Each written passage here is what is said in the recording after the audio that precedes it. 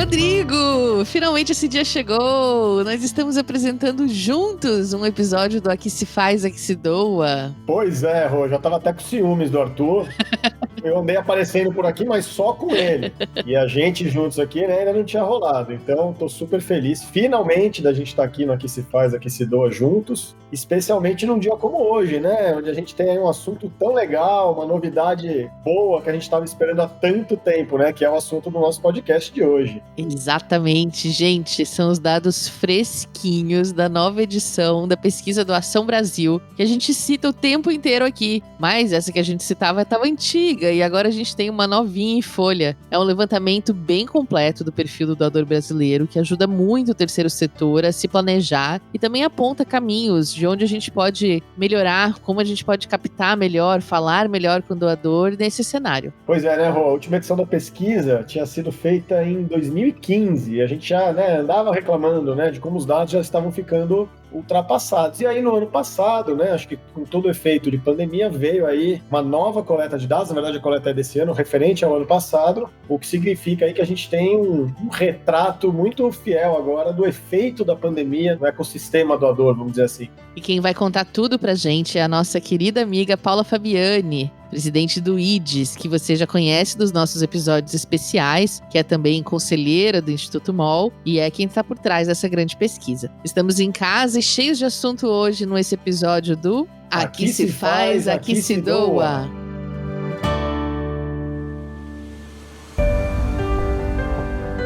Está começando mais um Aqui Se Faz, Aqui Se Doa, o seu podcast semanal sobre cultura de doação, produzido pelo Instituto MOL e pelo Movimento Bem Maior, com apoio de divulgação do InfoMoney. Eu sou a Roberta Faria e eu estou aqui com meu sócio, companheiro de uma vida inteira de empreendedorismo social e luta pela cultura de doação, o Rodrigo Peponzi. Bem-vindo, Rô! Boa, obrigado, um prazer enorme estar aqui hoje, especialmente para falar de um assunto tão bacana que é a pesquisa do Ação Brasil. A gente está realizando praticamente um sonho aqui de poder ver essa nova pesquisa, né? Um levantamento que começou como uma base sobre o doador e o hábito de doar no país, e que agora ganhou um comparativo muito legal entre 2015 e 2020. Eu não vou dar spoiler, mas tem muita coisa boa. Vou deixar para a Paula contar sobre essas mudanças. O país mudou nesse período, teve pandemia, enfim, teve muita coisa para considerar. Com certeza, Rô. Vamos ouvir a Paula, então? Eu tô curiosa para saber o que mudou nesse intervalo. A Paula Fabiani, que você que é ouvinte do podcast já conhece, é diretora-presidente do IDES, o Instituto para o Desenvolvimento do Investimento Social, que faz a pesquisa do Ação Brasil. Paula, seja bem-vinda novamente ao nosso podcast, agora do outro lado do balcão, né? Como fonte para trazer essas novidades que a gente está muito ansioso para ouvir. Oi, Roberta. Oi, Rodrigo. É um enorme prazer estar aqui, ainda mais para falar sobre a pesquisa do Ação Brasil 2020. Muita coisa bacana para a gente contar. Antes da gente entrar nos números, eu queria que você contasse para o nosso ouvinte um pouco do histórico da pesquisa do Ação Brasil. Quando surgiu o interesse em fazer o levantamento, o que vocês queriam descobrir, o que descobriram na prática? Porque a gente sabe, né, que a pesquisa do Ação Brasil hoje é uma das grandes fontes de informação sobre a cultura de doação no Brasil. Bom, vou contar lá do comecinho, né?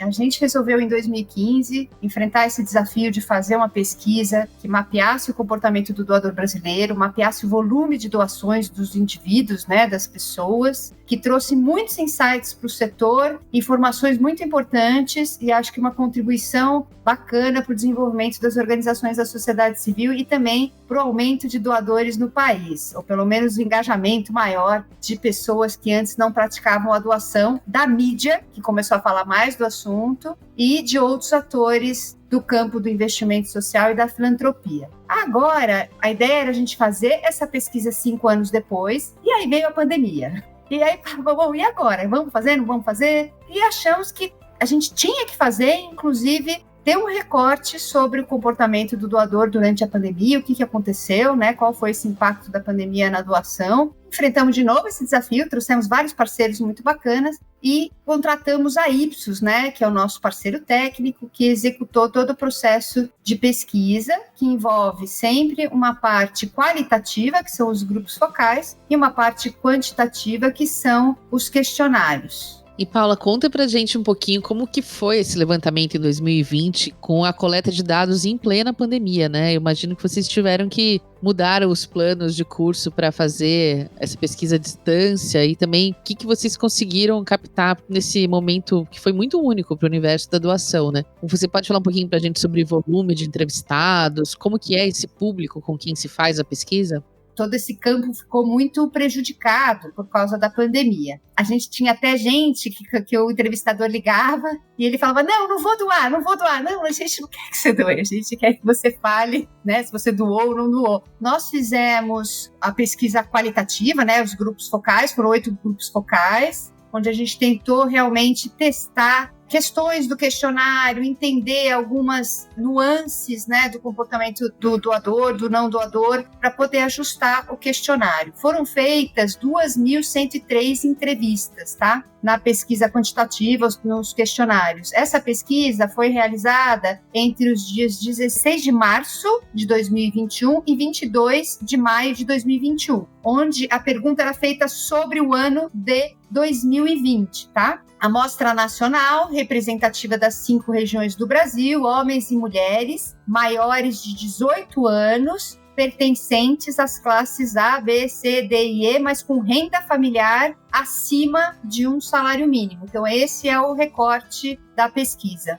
Muito bom. Bom, estamos todos ansiosos, né, para saber dos resultados da pesquisa, Paula, que, aliás, é importante dizer também, todo mundo pode conferir no site do IDES, a gente vai deixar tudo indicado na descrição do episódio. Bom, vamos entrar um pouco nos resultados, acho que é importante, né, a gente pontuar que ao longo de todo o ano de 2020, a gente ouviu falar muito, né, sobre esse grande recorde de doação, sobre esse boom filantrópico, mais de 7 bilhões de reais doados, tudo monitorado pela BCR, né, que criou o monitor de doações. Agora, a primeira coisa que salta quando a gente olha a pesquisa é que a gente vê que tem uma espécie de efeito gangorra, né, de uma parte da população mais pobre que antes doava passou a precisar das doações, enquanto os mais ricos passaram a doar mais em 2020. Foi isso mesmo? Você pode explicar um pouquinho se foi o que aconteceu olhando para essa nova pesquisa? Foi isso mesmo, Rodrigo. A gente teve um impacto dramático da pandemia nas classes mais vulneráveis que deixaram de doar. A pesquisa de 2015 mostrou que o grande grupo de doadores do Brasil está na classe C e D. E o que a gente vê é uma retração da doação nessas classes, mas a boa notícia, você já trouxe, é um aumento da doação nas classes mais privilegiadas, né? Na classe A e B. E aí vou contar alguns dos números para vocês. Então, enquanto que em 2015 a gente mapeou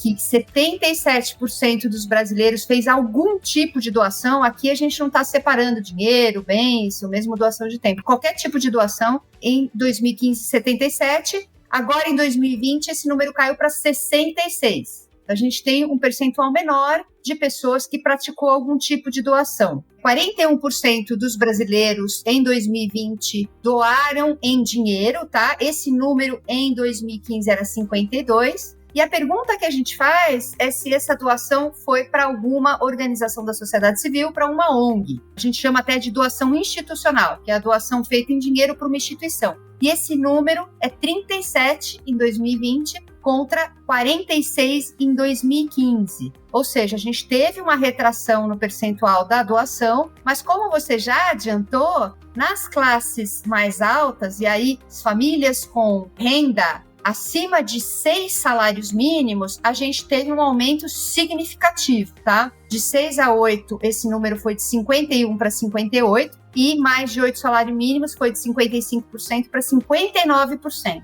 Enquanto que na classe com renda até 2 salários mínimos, foi onde a gente teve a queda mais significativa de 32% para 25%. E aí, trazendo outros números importantes, né? As mulheres continuam sendo o grupo mais doador.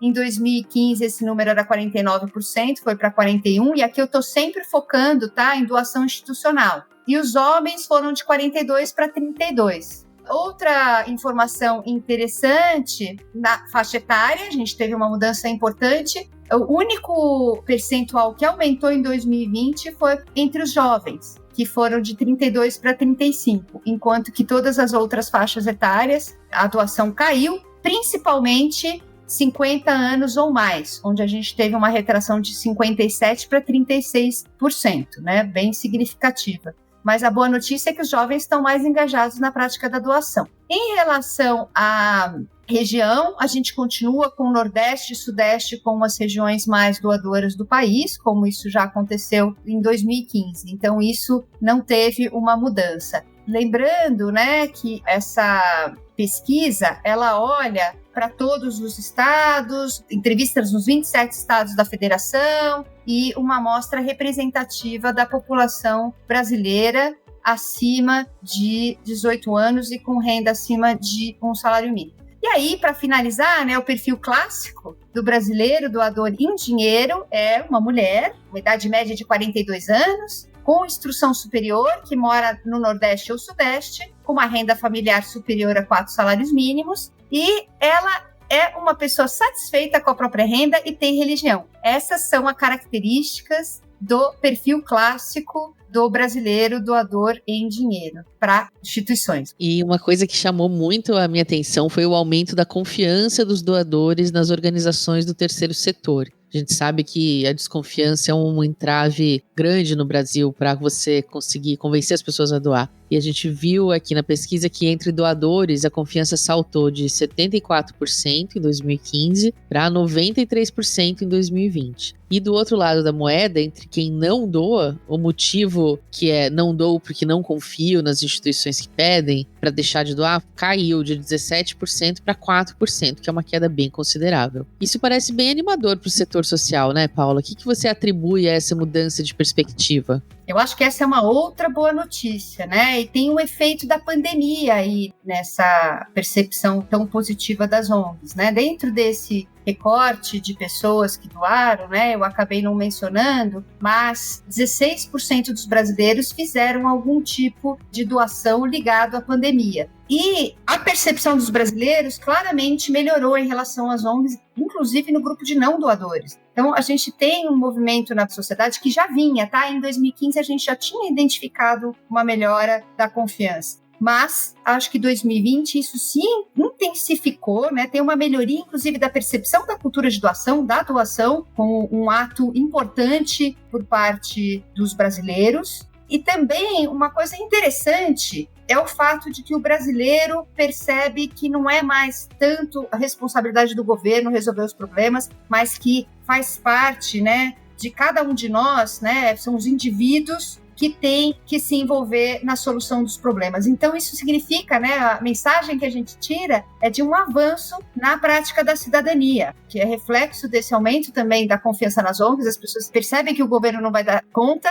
se mobilizam e passam a doar e passam a ter uma boa experiência com as organizações. É a mudança de cultura, né, que a gente persegue desde sempre, né? Uma notícia que enche a gente de esperança mesmo, de que fique um legado, né, desse período tão difícil que a gente atravessou. Esse legado pode ser uma mudança cultural. Pois é, né? A gente viveu um período, né? O brasileiro já vinha desde 2015 com todos os eventos, recessão, eleição, muita incerteza. Então a gente já tinha um brasileiro muito cansado e aí vem a pandemia. Mas acho que a pandemia deixou claro, né, de que todos precisamos agir. Foi muito bem mencionado pelo Rodrigo que parte dos doadores se transformaram beneficiários das doações por causa da pandemia e de todo esse impacto econômico, mas as classes mais privilegiadas reagiram. Então a gente percebe que sim, o brasileiro é solidário e ele responde, né, a uma situação de emergência tão grande como foi a pandemia. Bom, eu acho que a gente está no pique aqui para continuar com boas notícias, então, né? Porque acho que tem alguns outros dados que são bem animadores também na pesquisa, né? Acho que para destacar aqui o aumento da satisfação do doador, que pulou de 85% em 2015 entre doadores para 94% em 2020. Fiquei bem impressionado com esse número, né? A gente tem quase uma totalidade de doadores satisfeitos com as doações, né, que fazem. E tem também aquela questão de as pessoas não devem falar que fazem doação,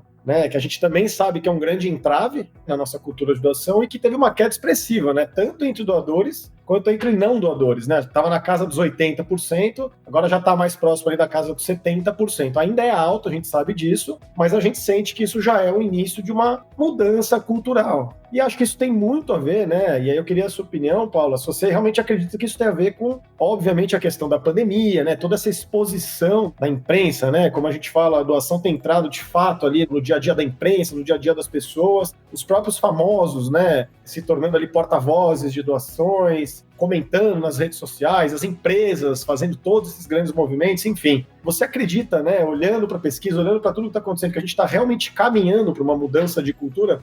Sim, essa é também uma das ótimas notícias, uma queda, né, nessa ideia, né, de que as pessoas não devem falar que fazem doação. Tem um outro dado também, né, onde você fala sobre doar sem esperar nada em troca, que é um percentual altíssimo, né, 94% ali dos doadores, mas a gente tem um componente muito forte relativo ao fato do país ser de orientação católica, tem aquele conceito, né, de que a mão direita não deve saber o que a esquerda faz, então é muito forte essa percepção. Mas o que a gente viu na pandemia foi muita gente se pronunciando, se colocando, falando sobre as doações, e isso deixa de ser um tabu. Ainda temos um bom caminhar pela frente, né? E temos aí movimento por uma cultura de doação, trabalhando nesse sentido, Instituto MOL, o próprio IDES e várias outras organizações se mobilizando para poder colocar a doação na pauta. Mas a gente vê na TV, no jornal, a doação virou uma coisa cool. E a gente vê essa retração nos doadores. Isso foi muito interessante nos grupos focais, porque ficou um pouco ruim falar que não é doador. Essa convicção que existia, né, mais forte em 2015, ela cai, a gente tem não doadores menos convictos, o que abre um espaço maior para converter essas pessoas em doadores. Claramente a gente tem aí uma recessão econômica para enfrentar, né, e isso acontece em qualquer país, a recessão ela afeta muito a prática da filantropia e da doação, mas eu acho que nós temos um terreno muito mais fértil hoje do que há 5 anos atrás. Isso é fruto também do trabalho de várias organizações, de várias pessoas, para ter essa possibilidade, né? A gente tinha dados para falar, a gente tinha exemplos para trazer, e mesmo filantropos que eram antes tímidos, eles passam a falar abertamente e percebem a importância de mobilizar os outros. Então, isso mostra como realmente a prática da doação ela passa a ser algo que as pessoas têm orgulho de praticar e elas querem carregar outras pessoas para essa prática junto com eles. E aí, para trazer esse número, eu estava aqui procurando nas minhas anotações, em 2015, eram 47% que doavam porque também tinham vontade de dar exemplo aos filhos, parentes e amigos. Esse número foi para 72%. É muito expressivo, né, essa mudança. E um outro número que chamou a atenção também, que foi de 16% em 2015 para 37%, é que as pessoas doam porque todos doam na família. Então, isso começa a ficar algo, né, da conversa de domingo, no cafezinho, no portão, na reunião de amigos. Acho que essa é uma coisa bem interessante. E temos que aproveitar essa oportunidade, né? Porque, enfim, a gente tem um momento muito especial para aproveitar isso e trabalhar muito a comunicação, as campanhas, os movimentos em torno do tema para aproveitar essa onda, né? Acho que à medida que a disposição de doar aumenta, a gente tem aí um cenário muito mais propício para poder estimular os não doadores a se tornarem doadores também, né? Então, de fato, são dados super animadores. E uma mudança que também acho bem interessante a gente falar são as causas que mais sensibilizam os doadores, né, Paula? Em 2015, a gente tinha no topo saúde, crianças e o combate à fome e à pobreza empatados em terceiro lugar.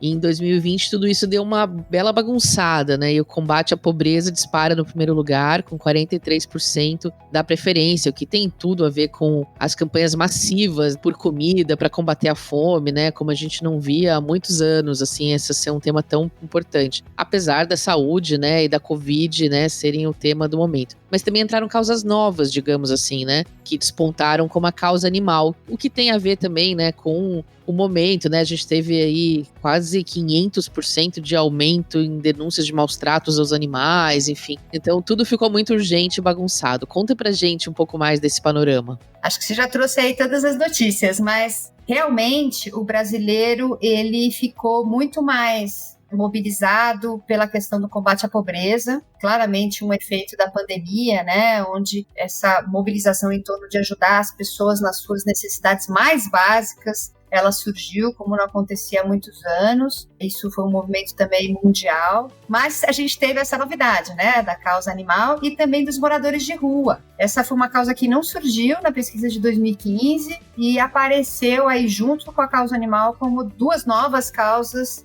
um percentual ali importante de preocupação dos brasileiros. E um outro tema interessante em relação a para onde estão indo, né, as doações, caiu bastante o percentual de doações para instituições sociais. mas cresceu muito as doações para coletivos e campanhas. Esse recurso acabava indo para instituições, para organizações da sociedade civil, né, para as ONGs, mas ele ia por meio de campanhas onde você tinha várias pessoas, organizações, nós mesmos nos juntamos ao movimento bem maior, a Apoio Social, lançamos um fundo emergencial e várias outras organizações fizeram, né, esse mesmo movimento de se juntar, lançar uma campanha, atrair recursos. Esse foi também algo que nos chamou a atenção, como cresceu essa prática de apoiar campanhas e não necessariamente doar o recurso diretamente para uma organização. Fundo Emergencial, inclusive, um dos vencedores, né, na escolha do leitor do Prêmio Empreendedor Social da Folha de São Paulo. Parabéns, Paula. Foi muito bacana esse processo.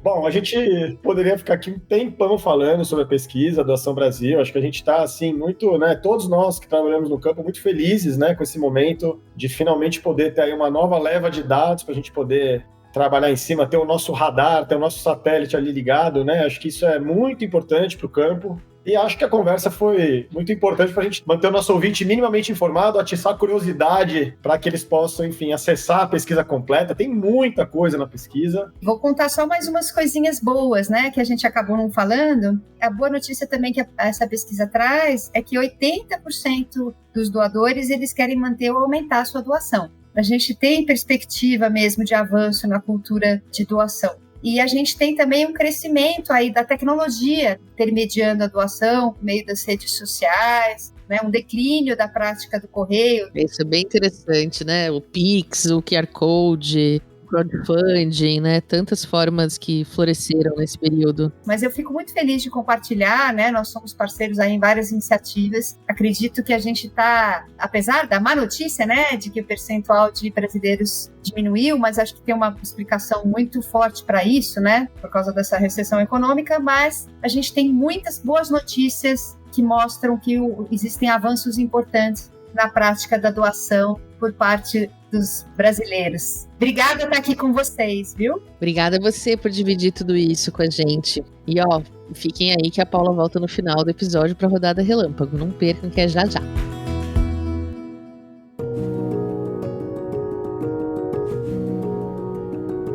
Muito bom, demais, né, Roberta, escutar a Paula, uma das grandes especialistas desse país, né, na nossa cultura de doação, trazendo esses dados fresquinhos. A pesquisa é super animadora, mas você sabe que tem um dado que me chamou muito a atenção. Um dos dados que a gente usa muito, né, da pesquisa do Ação Brasil de 2015 é aquela proporção, você lembra, né, de que a gente doou em 2015 a proporção estimada de 0,23% do PIB, que na época equivalia a algo em torno de 13,7 bilhões de reais. E esse número caiu nessa nova pesquisa, o que é claramente, né, esperado em função da pandemia, mas ele teve uma queda significativa, né? Esse número caiu para 0,14% do PIB, um volume estimado em torno aí de 10,3 bilhões de reais. E estamos falando aí de 2 anos, né, com PIBs semelhantes. Se você corrigir pelo IPCA, né, o PIB de 2015 trouxer para 2020, estamos falando aí de PIBs na faixa aí dos 7,5 bilhões. Então, acho que esse é um dado que a gente acabou não comentando, mas que me chamou bastante atenção também. E tem a ver, claro, né, com esse empobrecimento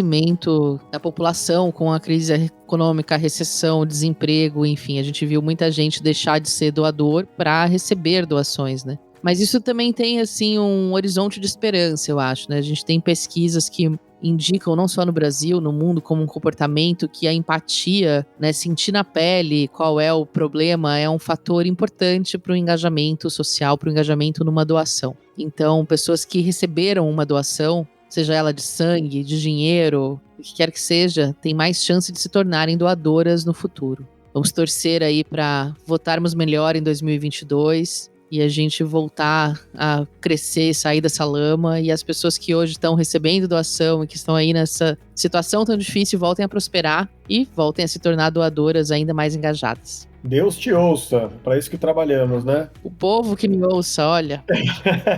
Boa, Deus e o povo.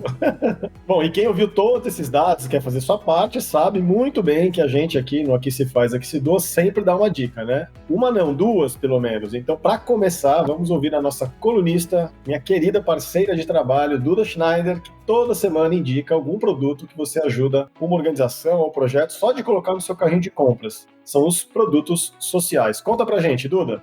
Oi, gente! Eu sou a Duda Schneider e esse é mais um quadro, Produto Social da Semana. A pesquisa Doação Brasil e o episódio de hoje mostraram pra gente como as doações aumentaram durante a pandemia, percebendo muita movimentação também de grandes empresas. Uma dessas ações foi a movimento Faça Parte da Mastercard. O movimento foi lançado em 2020 para ajudar no combate à fome e amparar as comunidades carentes que estavam mais afetadas pela pandemia do Covid-19. Com o objetivo inicial de atingir a doação de 2 milhões de refeições, várias ações foram realizadas em parceria com a indústria, parceiros, clientes e consumidores, como, por exemplo, lives com artistas para arrecadar doações, parte da renda revertida a cada compra feita com o Mastercard em lojas parceiras, entre outras. E o resultado disso é que, ao invés dos 2 milhões da meta, 5 milhões de refeições foram doadas. É aqui que eu quero chamar a atenção de você, querido ouvinte. A ação ela começou como uma ação pontual no momento mais urgente da pandemia